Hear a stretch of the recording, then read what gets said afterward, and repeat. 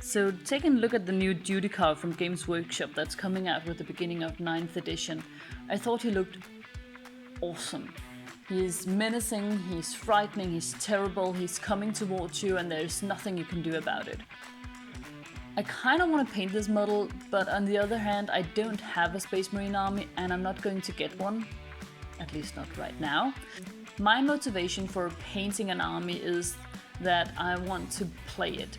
And that also goes for individual characters and models. So I don't want to paint him just to have him standing on a shelf. That's simply not why I paint. I paint for playing. I paint with the aim of getting a painted model on the tabletop. So instead of waiting for the model to come out and then paint him and just having him stand there looking reproachfully at me because he's not going to be able to go out and burn the heretics, I decided to do a 2D painting of him. This was actually my original creative hobby way before I got into Warhammer. I got into Warhammer in 2017, but I've been painting and drawing ever since I can remember as a young child, and I never stopped. Most children stop, painting and being creative perhaps when they reach their early teens or something like that, but I never stopped. I was the kind of girl who sat in the classroom and drew doodles in all my math books, and when we were supposed to be writing stuff, I was drawing instead.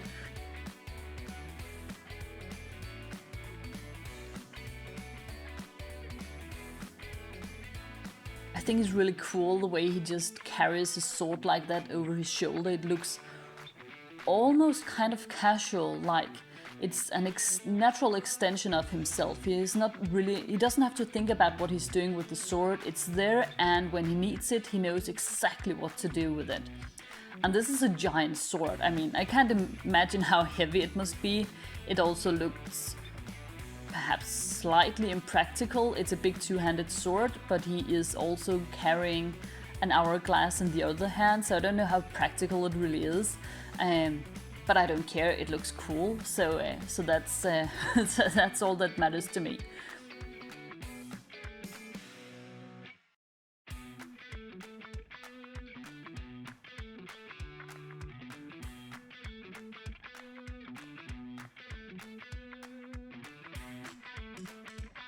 I have been neglecting that side of my creative hobby for quite a while now, because ever since I got into Warhammer, that has been my main focus. But sometimes I miss just sitting down with a white piece of paper and using some very simple colors, turning it into something completely different. So that's what I decided to do here. As you can see, I am only using gray colors when I'm painting here, and that's not because I don't have, a whole batch of watercolors in different colors available. I have plenty of colors. I could paint him in like a rainbow if I wanted to. But I don't want to do that, which may come as a bit of a surprise to you if you've been following my channel and seeing how I paint my 3D models, because the name for my orc army, the Bubblegum Boys Brigade, might give you a hint. I really like clear, strong colors and sharp contrasts and everything when I'm painting models. But when I'm doing 2D painting and drawing, I kind of like a much more graphic or a toned down style of painting. So I decided to do him only in grey colors.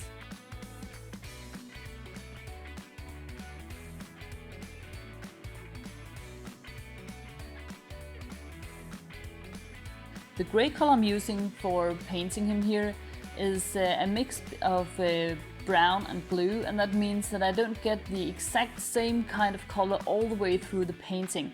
So even though it's the same color scheme all the way through, it gives it a slight bit of variation.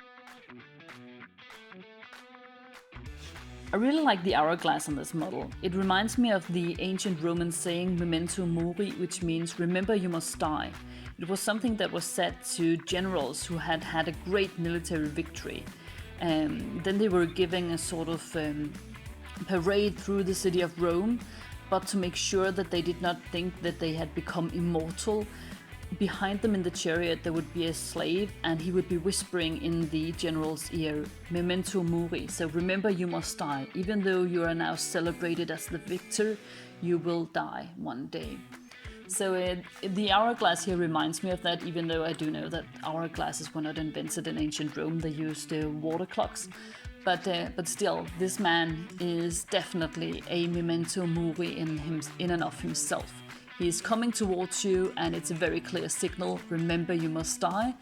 And by the looks of him, I think that your death is very swiftly approaching.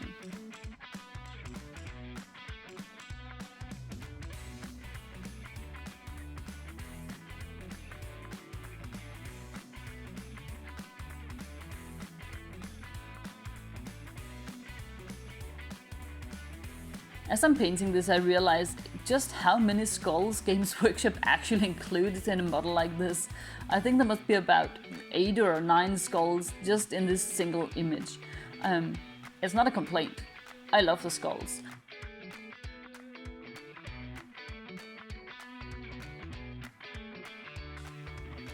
To break the monochrome color scheme a bit, I usually do a background where I spray some paint on, and I have 3 different paints I use for this, and they are sort of blue-gray and a yellow and a reddish-brown. I use these 3 colors on all my watercolor paintings to make sure that they all have a unified look to them, even though the motifs are vastly different. I have painted portraits of Frida Kahlo and Marie Curie, and I have also painted Darth Vader in this style. As the motif of the painting is so very controlled and in these stark black-gray tones, I want the background to be a little bit more chaotic. So when you're using a spray bottle like this, you don't really know exactly how the paint is going to fall and what it will look like. So I'm always a bit curious to see exactly how the painting turns out in the end. The last thing I do before I call this painting done is paint the outline with a black marker. So that's the painting done, and I hope you like it. I know it's a bit of an unusual thing to do on a Warhammer channel, but I really missed just painting and drawing on a white piece of paper, so I thought I would give it a go and show you how I do that as well. So if you like this video, give it a like and consider subscribing to my channel. Thank you so much for watching. Bye.